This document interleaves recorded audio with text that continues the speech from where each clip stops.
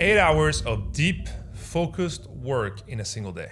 I know you think that's impossible because most can't even hold to, but it's entirely possible if you master the most important thing, which isn't discipline or drugs, is sequence. It's never about how much dopamine you have. It's about how you spend it, what you spend it on, and the order you spend it in. If you get the order right, the brain that now cannot focus for more than 2 hours a day suddenly becomes able to run 8+. And I know because I rebuilt my own focus from zero after an accident. And I've run the protocol that I'm about to share with you with more than 400 founders. And we tracked everything. In the next 10 minutes, I'll give you the whole sequence and walk you through one founder who went from 4 hours a week to 9 hours a day. But there's one variable that decides everything. The same sequence that rebuilds one founder fries another, and it depends entirely on how shot your baseline actually is. Get it wrong, and you'll do what you've always done, which is lock in for a week and then crash. Stay to the end, and I'll show you how to find yours. First, let's start with why you may be losing this fight. Take a recent client of mine. Very smart, Scandinavian, running nicotine pouches for 10 years.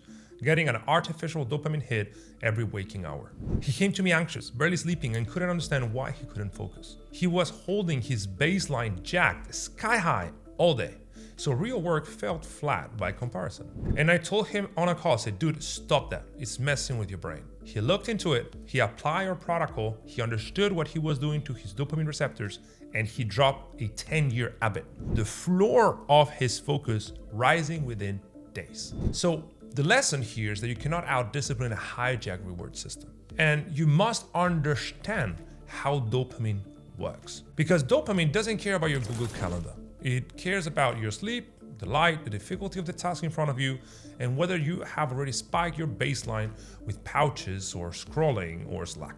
And you cannot fix it with willpower. You can only fix it by resequencing the chemistry. So the work becomes the thing your brain wants. And here's the difference. This is what going on offense with your dopamine actually means. Take another client, Ravi, very smart. Before we worked together, he'd watch every productivity video on the internet, including all of mine. He knew about sunlight, he knew about deep work, he knew all of it. And he was still stuck at 4 hours of real work once per week. His words, not mine. Knowledge about the problem wasn't the problem. In fact, he had watched every Huberman video, but he didn't know how to cook with the ingredients that Huberman gave him. The elite move here wasn't actually knowing, was doing what I'm about to share with you. What I call algorithm execution, a fixed sequence you run instead of decisions you make. Engineered so that your dopamine helps you get into focus faster. And that, of course, implies removing all dopamine hijacking things. Sequences exactly means the following. It means first, starting the night before. See, sleep is the only window where your brain rebuilds dopamine sensitivity. It is the nightly reset of your baseline. So if you burn the whole day jacked with pouches, with Slack, with scrolling, then stay up stimulated at night, then the reset never happens.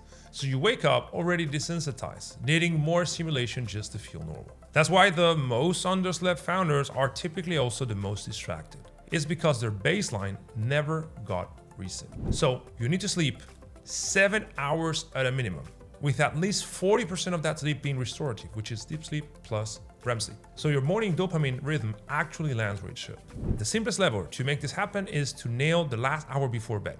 No phone, no feed, and ideally some parasympathetic nerve activation system like breath work to ease into sleep much better. That's the first step, what sets the baseline. Once sleep is handled, the next 60 minutes after you wake up decide the entire day. If you reach for your phone in the first 10 minutes since you woke up, you have already spiked your baseline. So every real task has to compete with the most stimulating feed that was over-engineered to keep you hooked. And obviously, deep work is going to lose that battle. And that's one of the first things that we changed with Ravi.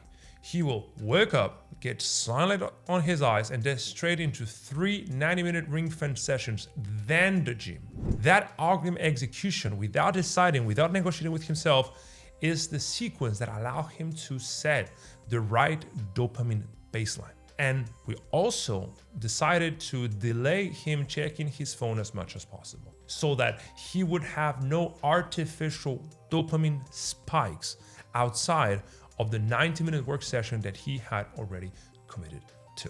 We also helped him start to meditate, and we started a whole host of protocols that would retrain his attention on top of how he was managing the first few hours of every single day, in which, in his own words, he was able to do in a single morning more than he was able to accomplish in a full week before training it.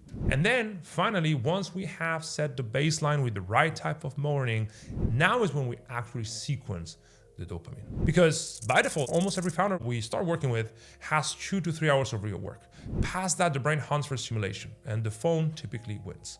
So instead of you hoping you don't do this, you build the right loops to keep you focused.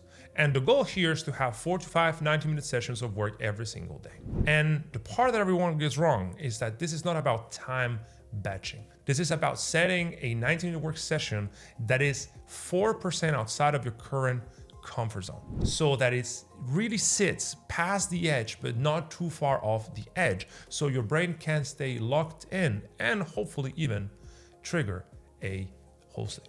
And the flow state would also manifest if you run it against a visible timer, because if you do it without a timer, you have open-ended work that gives your brain nothing to chase. If you have a timer, it turns the session into a game that your brain is wired to seek to win.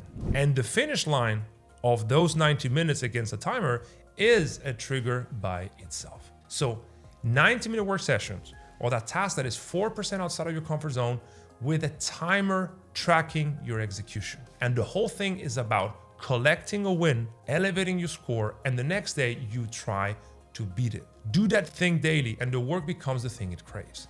That's algorithmic execution on its own. And it's why someone like Ravi or someone like Martin went from forcing themselves to sit down to work to waking up and performing algorithmically. And if you compound this for a year, you become a radically different operator. And yes, before you ask it, the same room covers meetings, because a meeting is a work session. So if you are in a meeting, make sure that you must be in the meeting, never go to meetings that don't require your presence, and be engaged. Set the 4% rule to knowledge consumption and participation. And this loop will rewire your brain, but it will only keep firing if you do the thing that most refuse to do, which is getting strategic recovery. Because after 90 minutes of real focus, your dopamine is spent, you're shot. And the next session won't fire the right way if you do not return to baseline. And you do that by letting your brain replenish your chemicals by taking a full break, 10 to 20 minutes between every session without phone, in which you can walk, you can hydrate, you can eat, you can maybe sleep, you can look out on a window, you can talk on the phone with someone, but don't scroll. Don't look at a screen. Give your brain the time to reload, and then go hard at it again.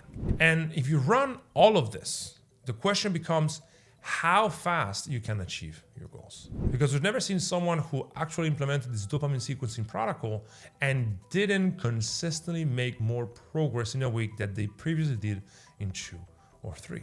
As Ravi himself started, he was doing 4 hours of focus hour per week, and he was able to do 8 to 9 every single day. Same person with the same dopamine levels, but with the right sequence this time. The right sequence and the right rhythm allows you to much better allocate your dopamine budget and get in the right rhythm that triggers the momentum you seek. So how do you get started with dopamine sequencing? Well, step 1 is to measure yourself. Track 4 numbers. How many real sessions you can finish in a day of deep work, how fast do you drop into focus, how recovered you feel between sessions, and how quickly you can climb out of a spiral when something doesn't go the way you want. Those numbers are your baseline, and they tell you where to start. A rec baseline means 3 sessions and heavy recovery, not 8 hours on day 1. And if you have that, that's literally a sign that you need to train this. So depending on your baseline, you start building the right protocol for yourself, 1 90-minute at a time, with 1 recovery method that you choose for yourself. And that experimentation between how long the block is and what is the preferred recovery mechanism is your journey towards that elite performance. And that's the most important thing. Now, there's a deeper question here, and it is not about sleep, morning, or the blocks. Those are mechanics, which is how do you see yourself by implementing this? In other words, what's the identity that sits behind you doing dopamine sequencing? Because at the core, it's all about identity. You run this protocol because you want to become an elite version of yourself. You are a founder athlete that has stopped trying to be amateur in business and you now want to go pro. Once you get that identity nailed, getting to 8+ hours of daily focus is much easier because you naturally seek to run this protocol and it doesn't feel like a chore, but rather as infrastructure for your transformation. And if you want to know where to start, you want to know what are the patterns that are keeping you stuck, we've put together a 3-minute founder score that is going to rate your performance, give you the specific patterns that are keeping you stuck, quantify the cost depending on your business level, and hand you the right sequence to fill those gaps. And that's the whole point of what we do, because you're most likely trying a lot of tactics that are not working and you're copying founders that are 3 years ahead of you and you have no inside ball knowledge of the habits and protocols that are running in the background. The only way for you to get better is to have your own baseline. And that's what this 3-minute founder score will give you. So if you are ready to stop fighting your brain and start sequencing it for consistently performance, get your founder score below. See you in the next video.